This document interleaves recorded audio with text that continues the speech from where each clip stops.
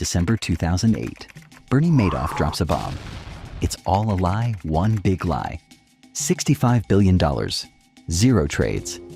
This is the story of history's greatest financial illusion and how it unraveled in a single sentence. To understand the con, you have to understand the man and how he built trust before he broke it.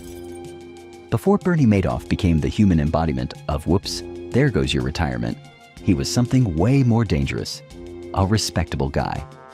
You see, Bernie played the long game. He built his empire wearing a tailored suit and a disarming smile. In the early 1960s, he launched Bernard L. Madoff Investment Securities, LLC, with a humble $5,000. Picture it, young Bernie, fresh-faced and ambitious, making cold calls and placing trades. But here's where it gets interesting. Madoff wasn't just pretending to be legit. He was legit. For decades, he ran a bona fide brokerage business that was widely respected. In fact, he was a pioneer in electronic trading and helped shape the very fabric of modern markets. He even served as the chairman of the NASDAQ stock exchange 3 freaking times. That's not a side gig you land if people think you're running a Ponzi scheme out of your mom's basement. While his criminal scheme simmered in the background, his legitimate trading business operated in parallel. Madoff split his operations into 2 floors. Upstairs, real trades, normal stuff, people doing finance. Downstairs, a vault of fake numbers, a room full of fiction. Think of it like a financial mullet. Business in the front, Ponzi in the back. And Madoff had charisma. Oh, did he have charisma? The kind of smooth, quiet confidence that makes you feel like you're being let in on a secret. He didn't sell his fund to people. He let them beg to be let in. Exclusivity was the scam's secret sauce. You don't find Madoff, insiders used to whisper. He finds you. It was Financial Fight Club. And rule number 1, don't ask questions. Rule number 2, seriously, don't. Because if you were lucky enough to get in, you just nodded, wrote the check, and bragged about it at your country club. His early investors thought he had some kind of Wall Street wizardry, a secret sauce that somehow generated steady, eerily consistent returns, no matter what the market was doing. Up years, down years, it didn't matter. Bernie always posted gains. While others rode the Wall Street roller coaster, Madoff's numbers looked like a straight escalator to wealth. Suspicious? Sure, but also tempting. Rich people ate it up. Hedge funds, banks, celebrities, your grandma, everyone wanted in. Being a Madoff's investor wasn't just smart, it was a flex. It said, I'm rich, I'm exclusive, and I don't ask too many questions. No robes, no secret handshakes, just a magic portfolio that never lost money. Totally normal, definitely not fraud. Don't look too closely. The strategy? Brilliant. The math? Nonsense. Now let's peek inside and see how the machinery worked. Turns out, Madoff wasn't using fancy Wall Street wizardry or top-secret trading algorithms. Nope. His empire was powered by the financial equivalent of trust me, bro. It was a good old-fashioned Ponzi scheme. Not new, not fancy. Just the classic take from Peter to pay Paul scam with extra paperwork and expensive suits. Here's the setup. Investors gave Bernie money. Bernie promised perfectly consistent returns, like 10 to 12% every year. Rain or shine, crash or boom. Madoff's magic box always made money. The secret sauce? Something called split strike conversion. Sounds fancy, right? Like a move from Mortal Kombat, Wall Street edition? But really, it was just finance gibberish, a distraction spell. Basically, shut up and let me cook. But here's the twist. He wasn't investing any of it. Instead of actually buying stocks or options, Madoff just pocketed the money. And then when clients wanted to withdraw, he paid them using funds from new investors. That's it. That's the entire scam. But Madoff didn't stop at simply recycling money. He orchestrated an entire performance to keep the illusion alive. Clients got monthly statements with fake trades that looked picture perfect, buying low, selling high, dividends rolling in on time. The timing was always suspiciously ideal.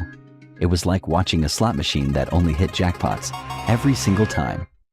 These reports were generated using an ancient IBM AS400, Basically, a glorified dinosaur computer. But for Madoff, it was the perfect illusion generator. It printed out fake trades so boring and normal, investors thought, ah yes, safe, boring, my favorite flavor of fraud. And Madoff wasn't doing all the legwork himself. No, he was smart enough to outsource the scam through feeder funds, intermediaries who raised billions from institutions, celebrities, and everyday investors, and funneled it right into Bernie's black hole. These feeder funds were like hype men in a rap battle, hyping up Bernie as the unbeatable genius. Some believed in him, others just liked the paychecks. Either way, they brought in the fuel that kept the Ponzi engine roaring. But if it was that obvious, why didn't anyone stop him? Well, they tried. One man, Harry Markopoulos, sounded the alarm for years. His numbers don't add up. I can't replicate them. He's a fraud. He told the SEC. The SEC said, interesting. We'll look into it. And then they didn't. Or they did, badly. They asked Madoff for his trading records. He handed them fake ones, and they went, wow, what a responsible man. They gave him a metaphorical gold star and sent him on his way. This wasn't just a failure of regulation. It was a failure of imagination. Nobody could believe someone so respected, so connected, could be so fundamentally fraudulent. Until the market collapsed and the magic ran out. Cue the ominous music. It's 2008, and the global economy is basically a dumpster fire rolling downhill. Lehman Brothers? Gone. Housing bubble? Burst. Stocks? Plummeting like a Wile E. Coyote cartoon. It was chaos. And in the middle of it all, Madoff's investors, once loyal and quiet, started panicking. They wanted their money back. But here's the problem. Madoff didn't have it. His whole empire relied on new money flowing in to pay off old money going out. But in a crisis, new money dries up. Withdrawals skyrocketed.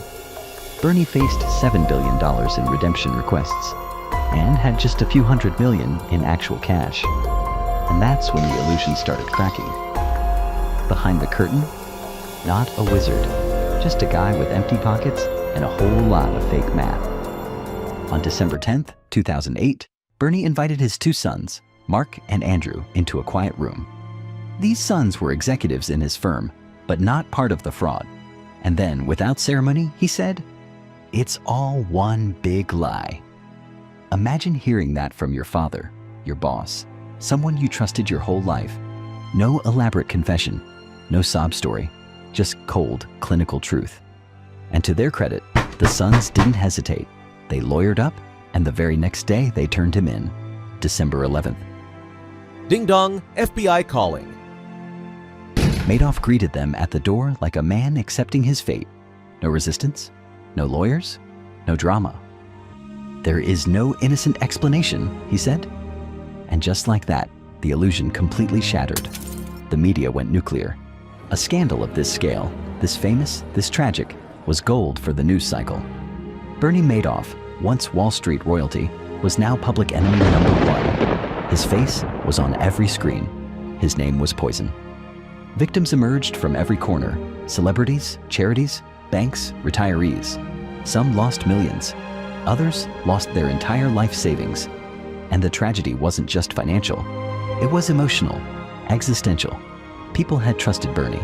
They admired him. Some even loved him. And in the span of 24 hours, that trust turned to ash. When the smoke cleared, Bernie Madoff wasn't just a disgraced financier. He was the face of a broken system. In June 2009, Madoff stood in court and pled guilty to 11 federal felonies. He didn't beg. He didn't deny. He took it all on the chin. The judge handed down a 150 years in prison, a sentence so long it basically said, "You broke capitalism. Please rot accordingly." Meanwhile, the SEC got torched. Congressional hearings tore into the agency's failures. The government launched reforms, more resources for oversight, stronger whistleblower protections, and a new skepticism toward any investment firm promising steady, too-good-to-be-true returns. And culturally, Madoff became a symbol, a boogeyman, the ultimate cautionary tale. Books, interviews, dramatizations flooded the market. Robert De Niro played him in HBO's The Wizard of Lies. Netflix released Madoff, the monster of Wall Street. He was no longer a man. He was myth, media, and metaphor. Bernie Madoff died in federal prison in April 2021 at the age of 82, reportedly from kidney disease. It was quiet. No tributes, no mourning. Just a final period on a very long, very crooked sentence. The story of Bernie Madoff isn't just about fraud. It's about trust, about how easily a well-tailored lie can seduce even the smartest people in the room. It exposed a truth far more unsettling than any one man's deception. That sometimes, the greatest danger isn't the villain you can see, but the one hiding behind a smile, a title, and a spotless record. And maybe, just maybe, the next time someone promises you the world with no risk, you'll remember the man who already sold it, one lie at a time. If you found this story as wild, haunting, and fascinating as we did, don't forget to like, subscribe, and turn on notifications. Next time, we're diving into another con that makes Madoff look like an amateur. And hey, share this video with a friend? Just maybe, you'll save them from the next too good to be true promise.